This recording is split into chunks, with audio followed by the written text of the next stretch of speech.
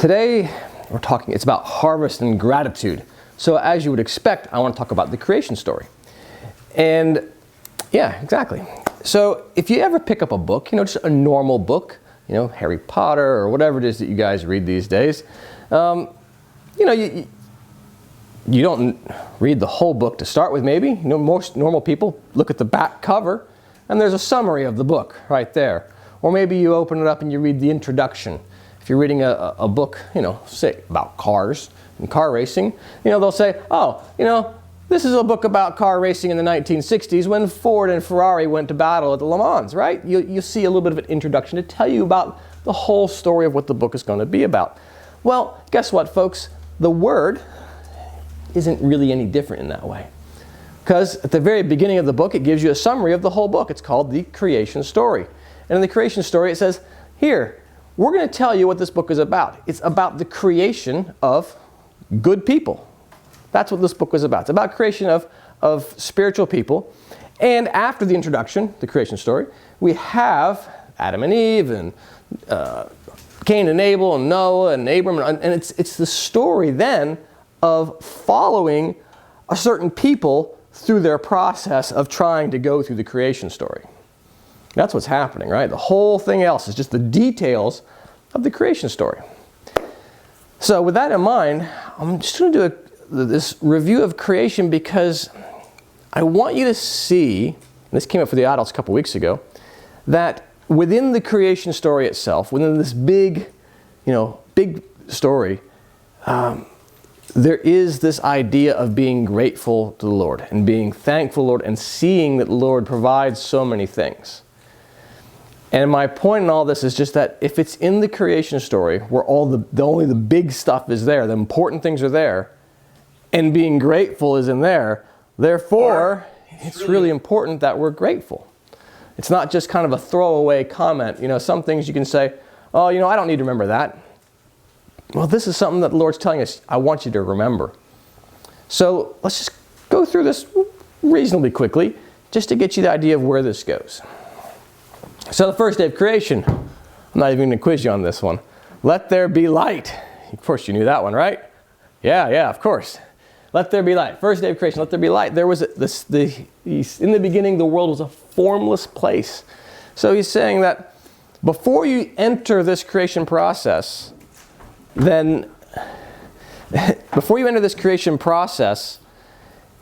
you're spiritually dead. Spiritually dead. So at the beginning, let there be light.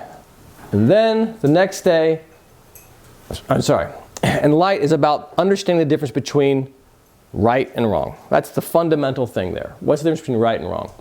The second day of creation, there's the seas. And it says in the Bible that there's a firmament below, a water below, and a water above. And it's starting to talk about here that you're going to realize, once you start realizing there's a difference between right and wrong, there's a difference between your internal self and your external self. Like, you can think things in your head, and you go, I don't like this person. This person's annoying me. I don't like this. But then, on the outside, what do you do about it? So there's an internal self and an external. And the internal might say, I should be nice, I should let this go, I should do all these things. And the external does something different. Or it does the same. But there's this realizing that there's the inside and the outside.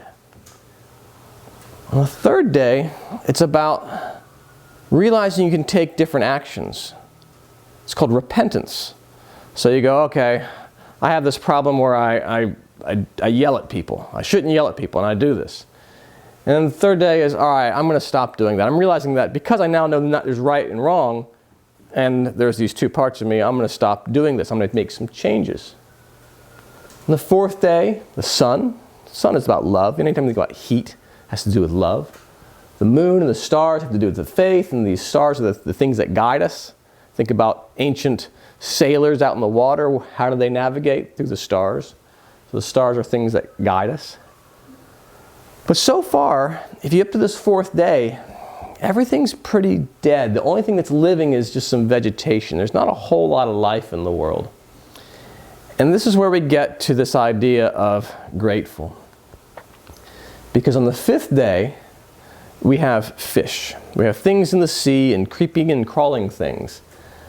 And what the new church teaches about this fifth day is that's when we first have life.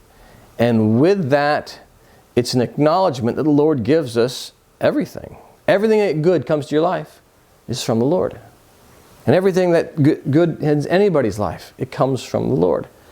And it's in this state where Swedenborg writes that this is the first time we're actually alive. And that's what kind of harvest is here for, is to say, okay, look at all this stuff that I've been given. You know, food, housing, clothes, all the stuff that you've got. And you go, oh, you know, this didn't come from me. This came from the Lord. And you think about it, well, I'm going to hold that for a little bit. So then the next day of creation is the sixth, where we have people are created and animals. And here it's now you're not only thinking that all things come from the Lord, you're actually doing things for other people out of love and realizing they come from the Lord. And that's the completion of the process. And then on the seventh day, you rest. So it just gives you this idea. For me, what I'm trying to give you the idea is that this idea of being grateful is really important and fundamental.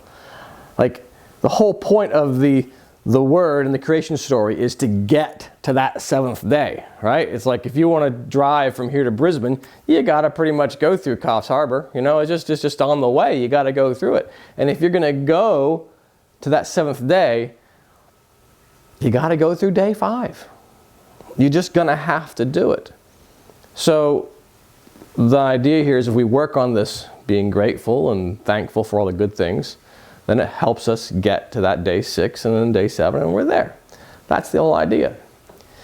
And so what the Lord does in the words, the stories of the Word, is He starts commanding festivals to help us in this process.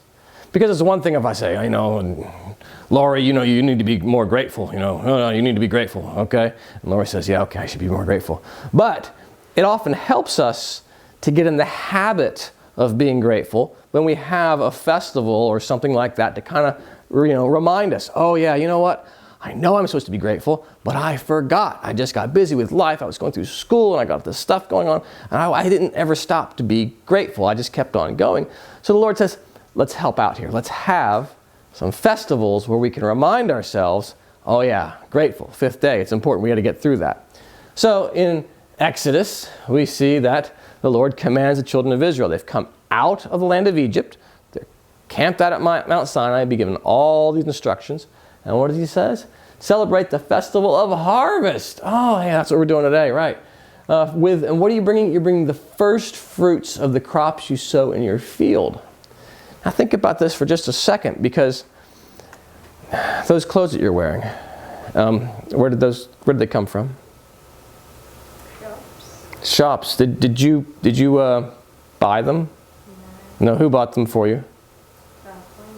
Probably your mom. Yeah, most definitely your mom. And but you earned the money to pay for them, right? No. But you at least put some effort into the whole process, right? Because you wash them. No, you fold them, dry them. You do something, right? No, you don't do. He puts them away. Oh, that's better than Zach. Oh, right. So okay, but at least with lunch that we're gonna have that, you helped out with that, right? Oh, you did the shopping for it, right? Oh no, you didn't do anything. So right, and the same thing with Zach. I'm not just picking on you. I'm picking on both of you together because you're both equally useless when it comes to most things. But the point of this is, right? These children of Israel, they're out in the desert and they're going to come into a land flowing with milk and honey. And guess what? What did they do to deserve it? Just about as much as you guys did with your clothes and stuff. Did they plow the fields? Nope. Did they plant the seeds? Nope. Did they put the rivers in? Nope. Did they do anything in that land that is so productive and so luxurious? I mean, that's kind of what the Lord's saying. This land is luxurious. This has the biggest fruit, the best fruit. It's fertile. It produces all sorts of things. What did they do in the desert? Nothing. The Lord's saying, I am giving this to you. Please be grateful. So, when those first fruits come off the trees and you're really happy about that great coconut you just pulled down, you go, well, hey, this is fantastic. I didn't do anything for this. This is amazing. I am grateful to the Lord. See, they're agreeing with me. That's why it says it again. Bring the best of the first fruits of your soil to the house of the Lord your God. Oh yeah, making the point here, right? He says it again. Celebrate the festival of weeks with the first fruits of the wheat of harvest. Festival of ingathering. Oh yeah, bring the first things that come. Bring it all.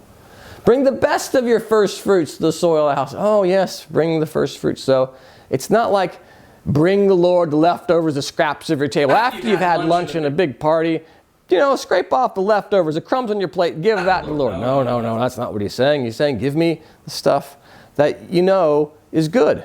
And so that way you're acknowledging, because it was free. It's like if I gave you $100, would you give me 10 back? Yeah, you would, wouldn't you? You'd be foolish if you didn't. If I said to Liam, I'll give you $100 if you give me 10 back, would you take that deal? Yeah. I'm going to give you $100, you have to give me 10 back. Would you take that deal? Yes, it's a great deal. It's a great deal. That's this deal here. That's what the Lord is saying. I'm going to give you $100. You got to give me the first $10 back. Okay, no problem. I got it. I can do this. This is what he says. When you enter the land that I'm going to give you and you reap the harvest that you've done nothing to earn, bring to the priest a sheaf of the grain for your harvest, of the first grain you harvest. Don't eat anything else first. No bread, roasted grain. The very day you bring this offering there, this is to be a lasting ordinance. So he's saying, I'm going to give you $100. Give me the 10 back first. Don't go spend the 90. I'm going to give you 100. Give me 10. Then you go out and do whatever you want with the $90. Whatever you want. But give me back the 10 first. What a good deal. If I had that deal, if somebody came up to me, I'll give you $100. Give me back my first 10. No problem. I'll take that anytime you want. And I'd be very happy. Don't you think you'd be happy? Oh, thank you very much for this deal. Thank you. Thank you. You mean you're going to give me $100? All I got to do is give you 10 back every time. First thing I got to do, yeah, you got to give me the 10 back first. Yes. Okay. Thank you. Yeah. That's the attitude the Lord's saying. Look, you have done nothing to get all this stuff. I'm giving you the land. So that you appreciate what I'm giving you by giving some back. And you go, yep, no problem. You got it. I'm your guy. And I know I'm being a little silly here. I know that. But the point of it is so that you can just see how silly it is when we're not grateful for all the things that the Lord gives to us. Because we've done so little. I mean, the problem we run into in the world and why we stop being grateful is because we think we've done so much. And when I was a little older than you guys, I had a job. And I worked, and I earned money, and with the money I had, I bought the stuff that I want, and I did the things that I wanted to do. And I didn't have anybody else's help, right? In my mind, I go to work, I did my job, I got paid. I earned that pay, and therefore I could do what I want with it. But it's easy to lose gratitude when you feel that way because I think I'm doing everything. And I'm not always grateful to the person who gave me the job.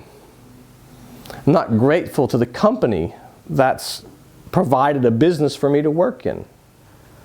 Maybe I'm not grateful for all the work that people have done over the years to make roads so that I can get to my job, or grateful for the stuff my parents have done that have allowed me to take the job. True story, when my mom was a girl, she would give money for birthday and Christmas and stuff like that, and you know what she was buying with it? School clothes. She didn't have money to go and buy toys and Rubik's Cubes and whatever else. It was, you've got to buy your school clothes and your school books and your school excursions and all that that's what your money is for your Christmas and birthday is for. Yeah, not really fun, is it? But was she grateful that she had the stuff she needed to go to school? Yeah, I think so. Was she also annoyed that she couldn't have the stuff she wanted because she had to spend her money on school? Yeah, I think so. But so as you kind of look around, you start to think, oh, well, okay, I need to be grateful for all these things that are already in place that let me do the things that I want to do. You know, it's not just that, yes, you've earned your skills with your Rubik's Cubes and the things that you like to do. Hey, you've got the skills, you've earned that. But there are a lot of other people who have put things in place that allow you to do that. I mean, your parents all work, and they work in a way that you can afford to have that time. You're not asked to go earn money so that your family survives. And look, let me tell you guys, it wasn't that many years ago that kids went to work to help the family survive. You guys live blessed lives. Let me tell you, blessed lives. Don't forget that. And that's where I want to come back to the writings and what an account Swedenborg writes about. And this is what gratitude really is all about. This is the story. This is it. It's just a short one. But it's all about why I think gratitude is so important on a practical level, like, why this really matters in your life. Because Swedenborg's writing at this point about what happens after death. And he's saying, okay, well, people, they die, they wake up in the next life, and they get instructed. And, they say, oh, well, Jen, you were basically a good person, but, you need to learn how to do these things differently. And she says, okay, all right. And it takes her time to learn how to be a proper angel. So she's got to go through some heavenly school, a finishing school, if you will. And with that, she goes through that training, and it might take a week, a month, a year, maybe even longer for her. And then before she finally gets to be raised up. But Swedenborg writes, he says, but it's not the case for everybody. The time varies. And he says, I've seen somebody who woke up in the next life and whoosh, almost immediately goes straight to heaven. And that is this story here, which I'm going to read to you. A certain spirit came and discoursed with me, who, as was evident from certain signs, had only lately died. At first he knew not where he was, supposing himself to still be in the world. But when he became conscious that he was in the other life, and that he no longer possessed anything, such as house, wealth, and the like, being in another kingdom, where he was deprived of all he had possessed in the world, he was seized with anxiety, and knew not where to betake himself, or whether to go to a place of abode. All right? So he's woken up, and he's got nothing. He's like, well, if I pick you up, and I drop you in Zimbabwe with no money, what do I do? I got no passport, I got no money, I got no phone, I got no Rubik's Cube. Oh my gosh, what am I going to do? That's what this guy's going, I got nothing.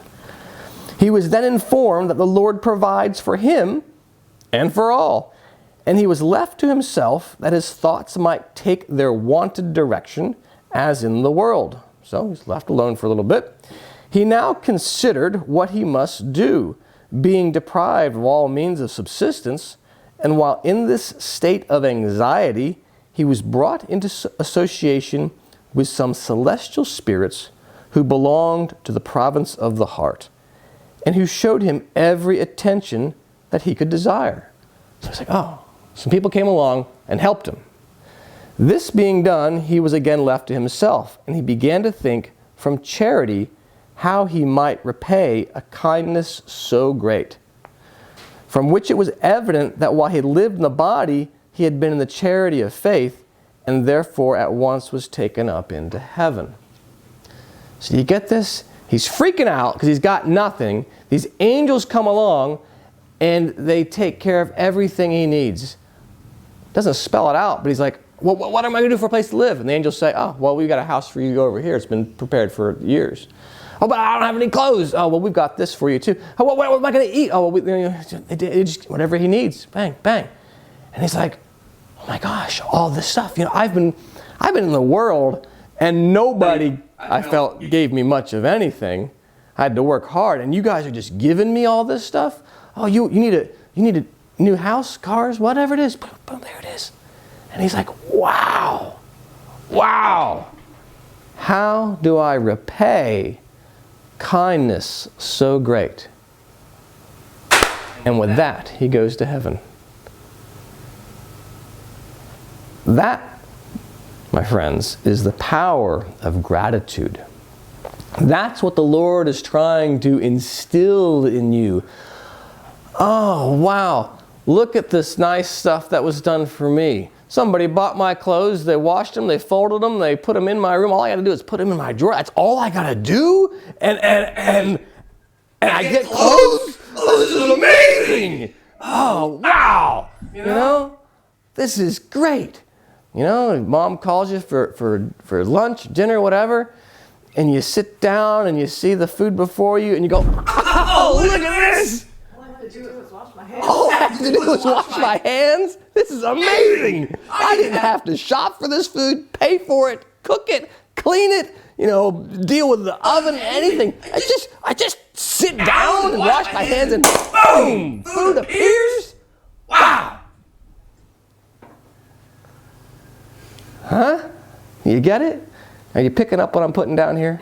Are you getting it? Because this is what grateful and gratitude is all about. Seeing how much other people do for you and go, wow, how can I repay that? So when you're done your dinner, you might say to your mom, oh boy, you know, you did so much. Maybe I could even put away my own dishes. Maybe I could get your plate, Mom. Maybe I could wash something. Maybe I could empty the dishwasher. What can I do to repay all the work you've gotten to me? Boy, moms are all around. They're like, yeah, keep on preaching. This service could never end. This is great. Hey, that's what's going on here. That's harvest. That's harvest. All the food that the children of Israel gathered, they didn't do any of the work for. They didn't do any of the work for. And that's why at a harvest festival we bring forward fruit to say, you know what? This land produced fruit and food and all the sorts of stuff that we didn't do any work for. Thank you. Thank you. You offered me $100. Here's $10 back. Keep the $10. That's what's going on. Gratitude isn't just about the misery of going through a harvest service and whatnot. Gratitude is there so that you go to heaven. It's the fifth day of creation. You have that sense of gratitude. How can I repay that? Up you go. That's the point of all this. The point of this is to get you to heaven. That's the point of this book. That's why it's in the fifth day. We want you to go to heaven. All right? Be like this man. Be like this man. When you wake up in the next life and the angels do good things for you, say, thank you very much. Thank you very much. And up to heaven, you can go too. All right? Amen.